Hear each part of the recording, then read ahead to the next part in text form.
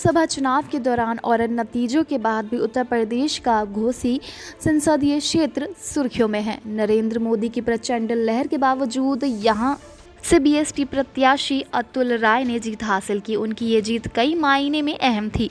अतुल राय बलात्कार के मामले में पूरे चुनाव के दौरान पुलिस या कार्रवाई से बचने के लिए फरार चल रहे थे। पुलिस उनके पीछे आंधी तूफान की तरह लगी थी। अतुल राय की गैर मौजूदगी में ही मायावती और अखिलेश यादव ने यहां संयुक्त चुनावी सभा मतदान हुआ तो अतुल राय करीब 1.25 लाख वोट से जीत गए। बीजेपी प्रत्याशी को मुंह की खानी पड़ी। जी हां, लेकिन जीतने के बाद अभी तक अतुल राय सांसद की शपथ नहीं ले सके हैं। 21 जून तक उनमें और पुलिस के बीच चूहे बिल्ली का खेल चलता रहा।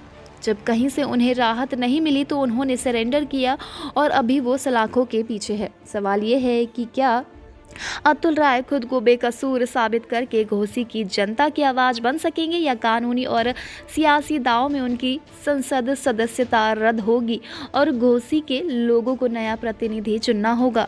मुख्तार के राइट हैंड माने जाते हैं अतुल राय। जी हां, आपको बता दें कि घोसी से अतुल राय की जीत कोई तुक्का नहीं है। अतुल राय बाहुबली मुख्तार अंसारी के राइट हैंड माने जाते हैं। राजनीतिक हल्के में ये चर्चा आम है कि उन्हें अंसारी परिवार के कहने पर ही मायावती ने टिकट दिया। मुख्तार के जेल में जाने के बाद गिरोह की कमान अतुल राय के हाथ में थी। खास तौर से मुख्तार का आर्थिक साम्राज्य वही संभालते हैं। अंसारी परिवार भी आंख मूंद कर उन पर भरोसा करता आया है।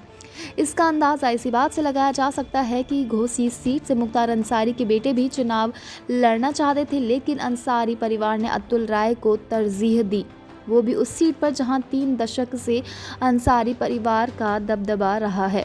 सूबे में सरकार किसी की हो, मऊ में सिक्का अंसारी परिवार का ही चलता है। विधानसभा चुनाव में सदर सीट से मुख्तार अंसारी और लोकसभा चुनाव में अतुल राय की जीत यही तस्दीक करती है। अंसारी परिवार का साथ बीएसपी और समाजवादी पार्टी का पारंपरिक वोट बैंक और इलाके के दबंग भूमिहार जाति में अच्छी पैठ की बदौलत अतुल राय को जीत मिली, लेकिन ये जीत आसान नहीं थी। टिकट मिलते ही अतुल राय का सामना उनके अतीत से हुआ। दरअसल 1 मई को बनारस के लंका थाने में एक छात्रा ने अतुल राय के खिलाफ बलात्कार का मुकदमा दर्ज कराया।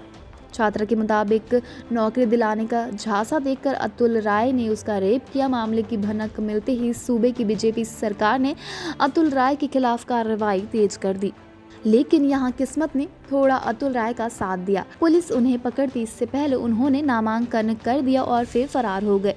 घोसी से लेकर दिल्ली तक पुलिस अतुल राय को तलाश करती रही। गिरफ्तारी से बचने के लिए अतुल राय ने हाई कोर्ट और फिर सुप्रीम कोर्ट का दरवाज़ा खटखटाया। दोनों जगह उन्हें मायूसी हाथ लगी।